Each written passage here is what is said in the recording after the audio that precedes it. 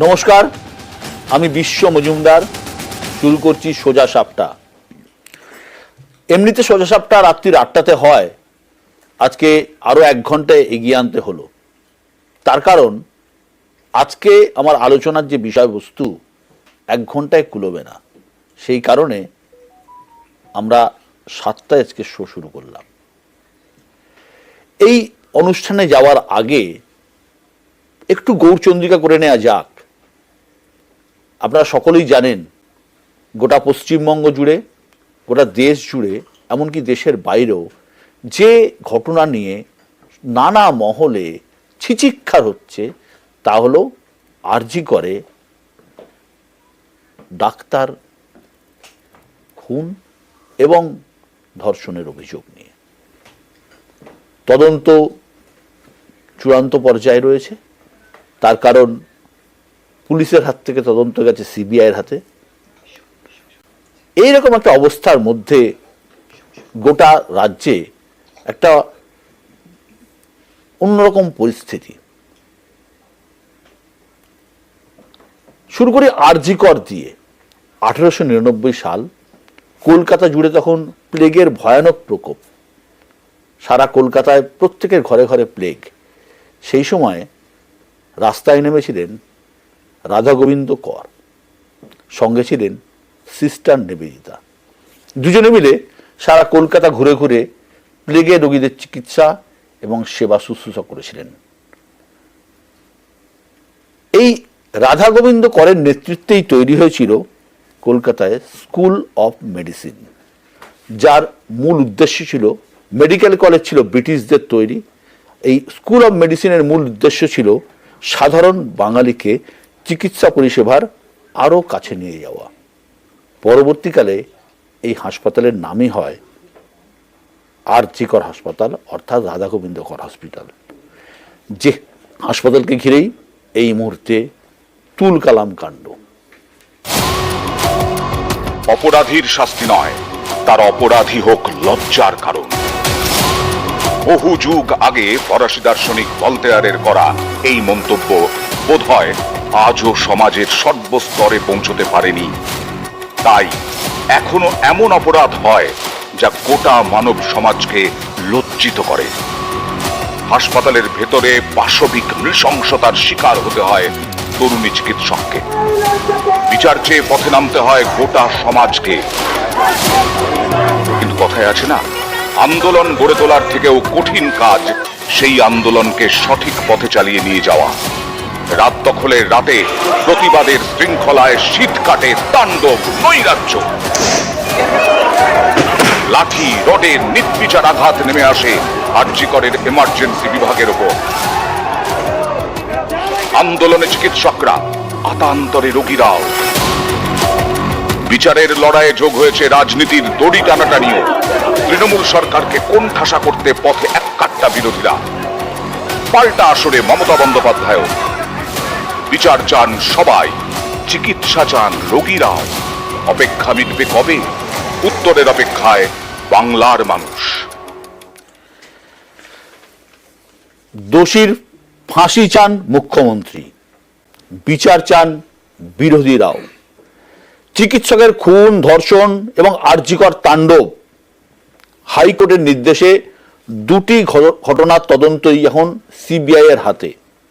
মানুষের মনে অনেক অনেক প্রশ্ন। হাসপাতালের ভিতর এরকম ঘটনা ঘটল কিভাবে?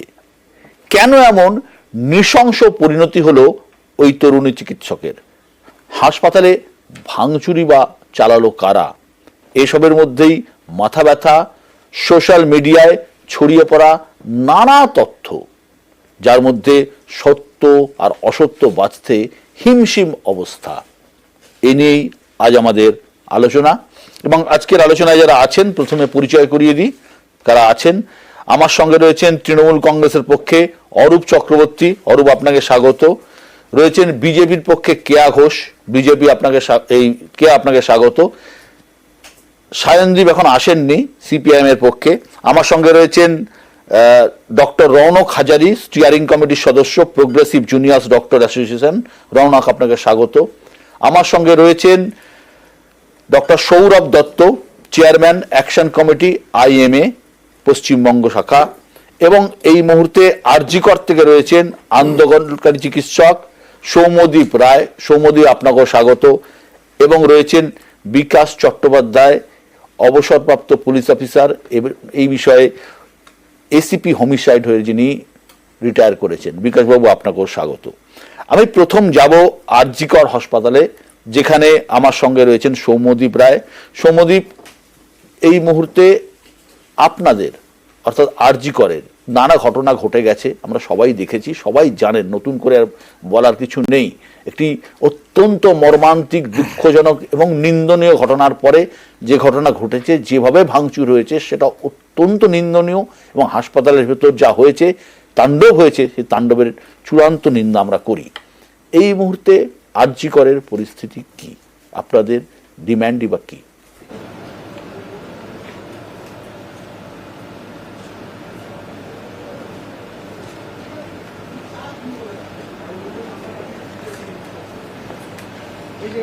কানেকশনটা পাওয়া যাচ্ছে, শুনতে পাচ্ছি না। সৌম্যদীপ, শোনা যাচ্ছে? সৌম্যদীপ, সৌম্যদীপ শুনতে পাচ্ছেন আপনি আমার কথা? সৌম্যদীপ, আপনি কি আমার কথা শুনতে পাচ্ছেন? হ্যাঁ সৌম্যদীপ, যা ঘটনা ঘটে গেছে আমরা প্রত্যেকেই দেখেছি, গোটা রাজ্য দেখেছে, গোটা দেশ দেখেছে, সবাই আমরা জানি কি ঘটেছে। নতুন করে বলার কিছু নেই। যে ঘটনা ঘটেছে অত্যন্ত মর্মান্তিক, নিন্দনীয় শুধু নয়, এই ঘটনা মুখে আনাও খারাপ লাগে, কিন্তু একই সঙ্গে যেভাবে হাসপাতালে ভাঙচুর হয়েছে সেটাও একইভাবে নিন্দনীয়। আপনাদের আরজিকর হাসপাতালের এই মুহূর্তে পরিস্থিতিটা ঠিক কি? কি সিদ্ধান্ত আপনারা নিচ্ছেন?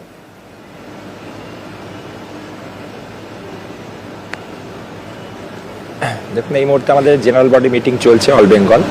তা যে পরিস্থিতি বর্তমানে দাঁড়িয়ে আছে, যে আমরা তো একটা বিচারের দাবিতে আন্দোলন চালিয়ে গিয়েছিলাম। যেদিন ঘটনাটি ঘটে, এরকম মর্মান্তিক ঘটনার পর আমরা দাবি জানিয়েছিলাম জুডিশিয়াল এনকোয়ারির। আমরা বলেছিলাম ম্যাজিস্ট্রেট না আসা পর্যন্ত ময়নাতদন্ত হবে না, পোস্টমর্টম হবে না। সেই আন্দোলনের চাপেই সেটা বাধ্য হয় কর্তৃপক্ষ। তারপর বিচারের দাবিতে আমরা আন্দোলন চালিয়ে গিয়েছি, ধর্ণা চালিয়ে গিয়েছি। কিন্তু তাতেও যখন আমরা পুলিশের ভূমিকায় খুব সন্তুষ্ট হতে পারছিলাম না, পুলিশের তদন্তের অগ্রগতিতে, তখন আমরা আন্দোলন চালিয়ে গিয়েছি। সেই আন্দোলনের চাপেই কিন্তু হাইকোর্ট আমাদের পক্ষেই রায় দেয়, এবং যেভাবে পুলিশের ভূমিকা যেটা, সেটাতেও তারা, হাইকোর্টও আমাদের সাথে সহমত প্রকাশ করে যে তদন্তের অগ্রগতি যে খুব ধীর গতিতে হচ্ছিল। তারপরে CBI এই তদন্ত নির্দেশ দেওয়া হয়। তা আমরা এটা ওয়েলকাম জানিয়েছিলাম সেই সময়। তারপরে যেটা অবাক করা কাণ্ড আমরা দেখতে পেলাম, যে সেদিন 14ই আগস্ট রাতের বেলায় যে আমরা আন্দোলনকারী চিকিৎসকরা যখন আমরা একটা ওমেন্স র্যালি বের করার পরিকল্পনা করেছিলাম আরজিকর মেডিকেল কলেজ থেকে, সেদিন রাত্রি 11:30টায় আমাদের এটা বের করার পরিকল্পনা ছিল। সামনে পুলিশ ছিল, প্রচুর পুলিশ, সবসময় থাকছে প্রচুর পুলিশ। যে কোনো সাধারণ মানুষ ঢুকতে গেলে তাদেরকে আই কার্ড দেখে ঢোকানো হচ্ছে। তা সেদিন যখন এত পুলিশ মোতায়েন ছিল, আমরা তাদের কাছে জানতে চাই যে স্যার, এই র্যালিটা বের হবে, তা এটাকে কীভাবে ভাবছেন আপনারা? তা বাইরে অলরেডি জমায়েত হতে শুরু করে আমাদের আরজিকর মেডিকেল কলেজের ব্যারিকেডের বাইরে।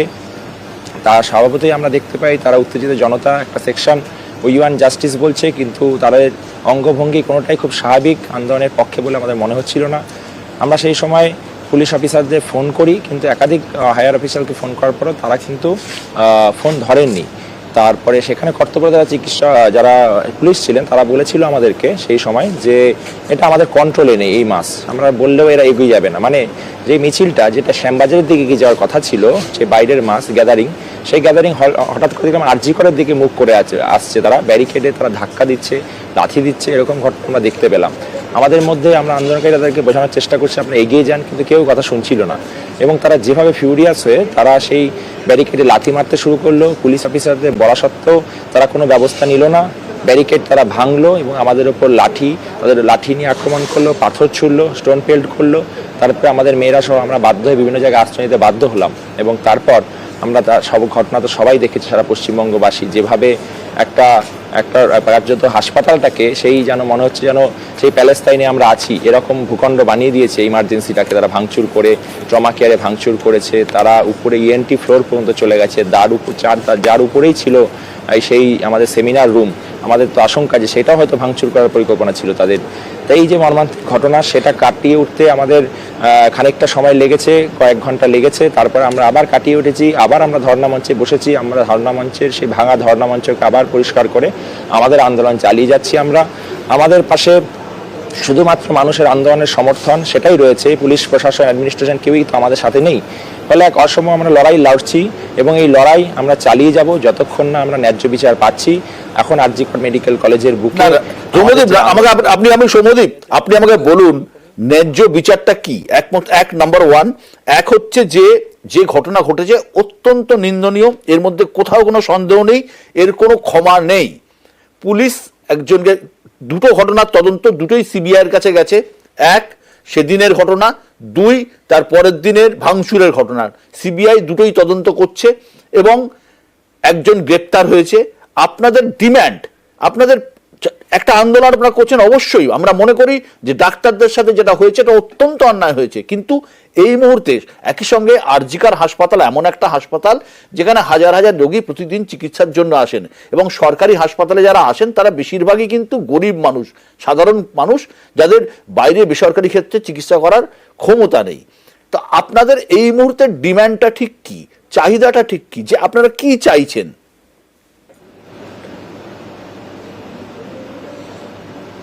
আমাদের যে চার্টার অফ ডিমান্ড সেটা আমরা অলরেডি প্রেসকে দিয়েছি, সেটা দেখবেন যে অনেকগুলো চার্টার অফ ডিমান্ড আছে। কিন্তু মোদ্দা কথা যেটা বলতে গেলে যেটা বোঝায় যে আমাদের আন্দোলনটা যেরকম চলছিল 14ই আগস্ট, সেদিন রাতের যে ঘটনার পর কিন্তু আন্দোলনের গতি প্রকৃতিটা কিন্তু চেঞ্জ হয়েছে।